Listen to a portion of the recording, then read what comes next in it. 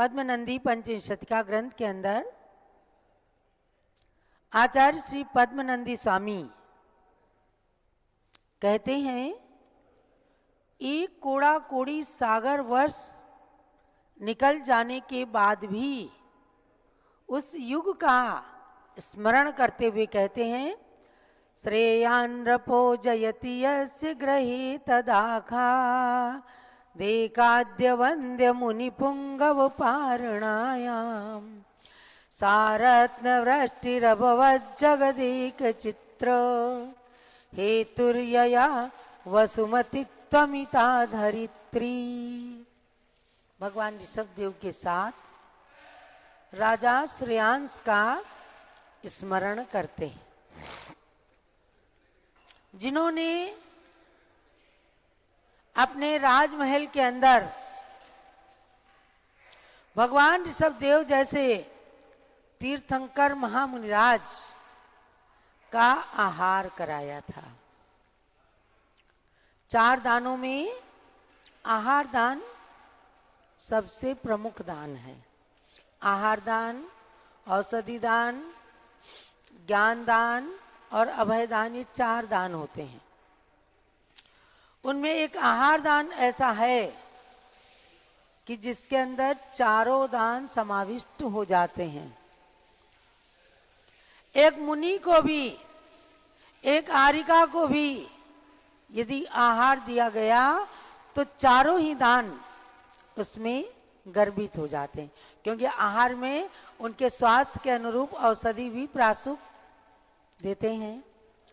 वे संसार को ज्ञान प्रदान करते हैं, इसलिए ज्ञान दान का भी फल अपने को लग जाता है।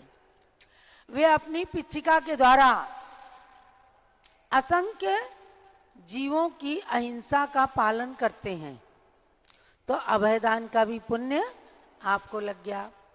और जिस घर के अंदर तीर्थंकर जैसे महामुनि का आहार हुआ हो, उनका घर तो युगों युगों के लिए धन्य हो गया। ऐसे राजा श्रेयांश जो हस्तिनापुर के युवराज थे, उनके बड़े भाई का नाम था सोमप्रभ। इन दोनों भाइयों ने मिलकर तीर्थंकर महामुनि ऋषभ देव का पहला आहार कराया था, और वो आहार था इक्षु रस का, गन्ने का रस। क्यों? युग की आदि थी, ज्यादा किसी को मालूम नहीं था। भगवान एकदम अकस्मात आ गए थे।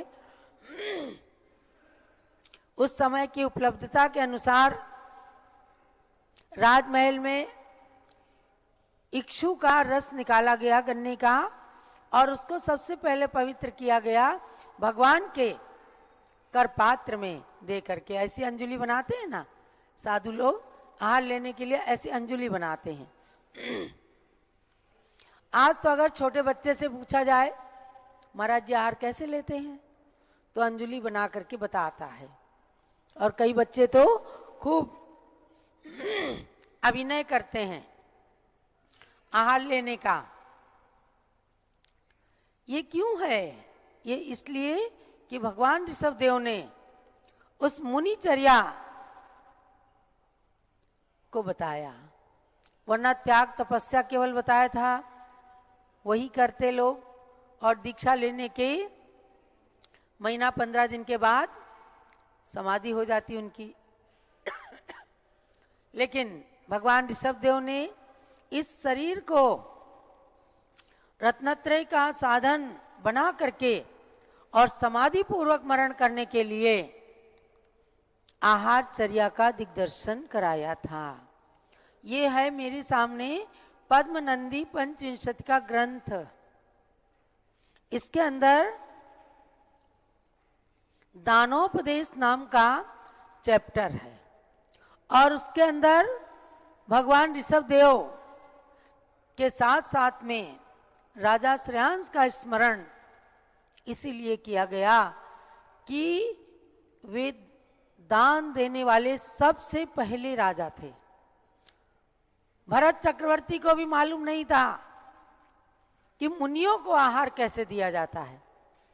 वे अयोध्या के राजा थे, 6 खंड के अधिपति थे, लेकिन उनको मालूम नहीं था। और राजा श्रेयांस ने 8 भव पहले चूंकि आहार दिया था। उस समय की पर्याय में जो भगवान ऋषभदेव थे ना, वो राजा वज्रजंग थे, और जो अब राजा श्रेयांस बने थे वो उनकी रानी श्रीमती थे। इन दोनों ने मिलकर आहार दिया था, उसकी याद आ गई। देखो ये भव भव के संस्कार चलते हैं। लोग कहते हैं कि जन्म जन्म के मैत्री के, प्रेम के, बैर के ये संस्कार चलते हैं। जब कोई शादी विवाह करते हैं तो भी कहते हैं हम तुम तो खाली निमित्त हैं, ये जोड़ी तो ऊपर से बन के आई है। आप कहते हैं ना ऊपर, ऊपर कहाँ से बन के आई है? हमारे भव भव के संस्कार। किसी को देखते ही एकदम क्रोध जागृत हो जाता है, किसी को देखते ही प्रेम जागृत हो जाता है, लगता है हम इसको देखते ही रहें। ये जन्म जन्म के संस्कार होते हैं। तो ये अयोध्या की धरती अनेक इतिहासों से भरी पड़ी है। आचार्य पद्मनंदी स्वामी उन पूर्व भवों के संस्कारों को बताते हुए राजा श्रेयांस की प्रशंसा करते हैं कि धर्म तीर्थ के प्रवर्तक तो ये आदिनाथ भगवान थे ही। इनके चरणों में तो तीनों लोग नमस्कार करता था, लेकिन दान तीर्थ के प्रवर्तक राजा श्रेयांस हुए, जिनके दान की अनुमोदना सबको करनी चाहिए। और उन्होंने जब दान दिया तो इसमें कह रहे हैं कि तीनों लोगों के आश्चर्य करने वाली रत्नों की वर्षा श्रेयांस के महल में हो गई थी।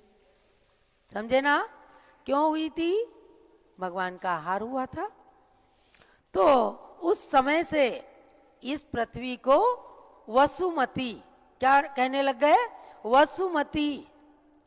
वसुमती नाम तो धरती का एक है, पर्यायवाची नाम है। धरती, पृथ्वी, धरित्री, वसुमती ये नाम है। लेकिन जब रत्नों की वर्षा भगवान के आहार में हुई तो वसु माने होता है द्रव्य, वसु माने होता है धन।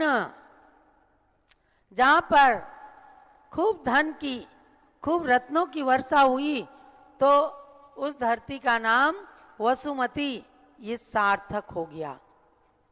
और इस अयोध्या से राजा भरत जल्दी जल्दी हस्तिनापुर पहुंच गए। उन्होंने वहां श्रेयांस राजा का सम्मान किया। ये सम्मान करने की परंपरा भी अयोध्या की पुरानी परंपरा है कि जो अच्छे काम करते हैं उनका सम्मान किया जाता है। बल्कि वर्णन तो यहाँ तक है कि भरत ने दान तीर्थ की उपाधि, दान तीर्थ प्रवर्तक की उपाधि राजा श्रेयांस को दिया, और उस दान की स्मृति में हस्तिनापुर के अंदर एक स्तूप बनाया। आज तो उपलब्ध नहीं होता है क्योंकि करोड़ों साल पहले की बात हो गई, लेकिन उस स्तूप की बात शास्त्रों में आई है कि जब जब कोई हस्तिनापुर की धरा पर जाए तो वहां से दान का पाठ सीखे।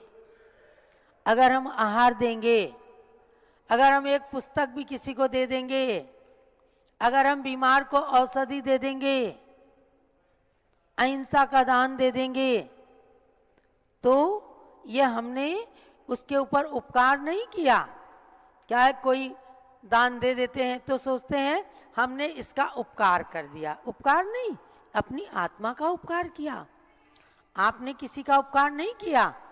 अगर आपने अयोध्या के अंदर कोई दान दिया, अयोध्या का उपकार नहीं है, ऋषभदेव पर उपकार नहीं है, स्वामी जी के ऊपर उपकार नहीं है, अपनी आत्मा के ऊपर उपकार है कि उस माध्यम से हमने उस धन को पुण्य के रिजर्व बैंक में जमा कराया।